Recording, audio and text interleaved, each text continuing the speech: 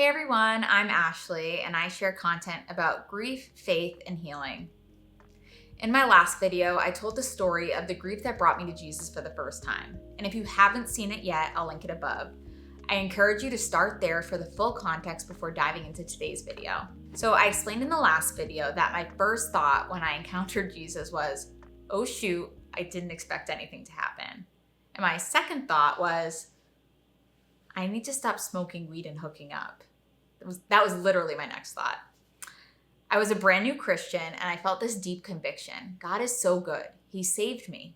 I've messed up so badly in the past. I can't afford to mess up again. I owe him that. But in my new and still distorted view of God, I didn't quite grasp the reality that becoming a Christian didn't mean I had to be perfect. I was on a spiritual high, and maybe you've had one too. It's like that overwhelming sense of God's goodness where the things that used to tempt you suddenly feel irrelevant. Heading into my junior year of college, I assumed the spiritual high would carry me. This was my new baseline. And for a while, it honestly was. I felt bold, eager to tell my friends about Jesus, assuming they would be just as moved and would follow him too. And they were definitely supportive, but it was more like, we love this for you, Ashley.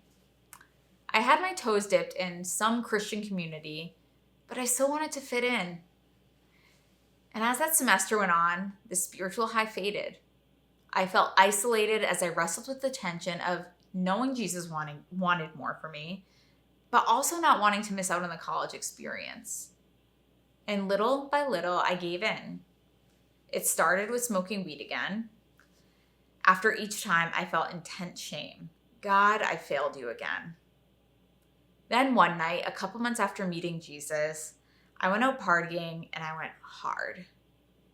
I woke up the next morning and besides feeling completely hungover, I also felt hollow.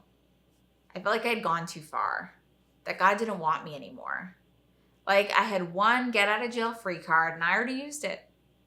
So I woke up that morning. I put my Bible away where I couldn't see it. I had a scripture up on my wall. I peeled it off. Anything even remotely spiritual made me feel such deep shame. A reminder of the thing I felt like I wasn't worthy of anymore. So I began running from God. I had no real understanding of grace. I drifted back into party and hookup culture, and just like before, I felt more and more empty. Near the end of that school year, I was having dinner with a friend, and I think she saw me struggling. She asked me where I was at with my faith, and I remember saying, well, I'm trying to find balance. And what I meant was, I don't want anything about my life to change. I don't want to feel uncomfortable. But I still want the peace that comes with following Jesus. But I was spiraling. I was numbing again with weed. I started blacking out from drinking, something that had never been an issue before. I was at a crossroads, and I was really just choosing between two different kinds of hard. The hard of continuing to run from Jesus, also running from my grief, which was leading me deeper into depression and making me feel more and more empty. Or the hard of fully surrendering to Jesus, a path I knew would be uncomfortable and cost me socially, but would ultimately lead to life.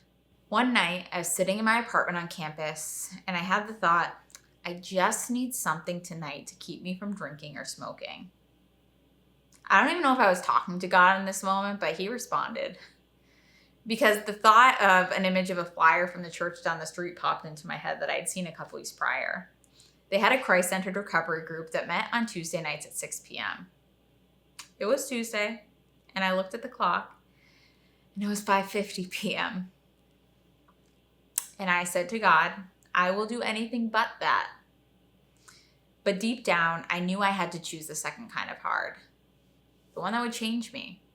The one that meant showing up even when I didn't want to. So I went, and I cried a lot. And for the first time in a long time, I felt peace. Not a spiritual high. I haven't felt that kind of spiritual high since, to be honest. But a deep, sustaining peace. Here's what I want you to hear. It was never God whispering to me that I was too far gone. That voice, that's not him. God is the Father who runs to welcome his prodigal daughter with joy. He's the God who knows we will continue to stray because our hearts are fickle, but he stays with compassion and open arms. That following year wasn't easy. Being a Christian on a secular college campus in a sorority came with its own challenges. But this time I was equipped. I joined my campus ministry, I got connected at church, I joined a small group, and I kept showing up at that recovery group. So now I want to hear from you in the comments. What has helped equip you to live the full life Jesus has for you? Or if you're watching this thinking, I need that kind of support, I encourage you to search for local churches and groups that you can plug into. And if you want to see more content like this and come along on the journey, don't forget to like this video and hit the subscribe button.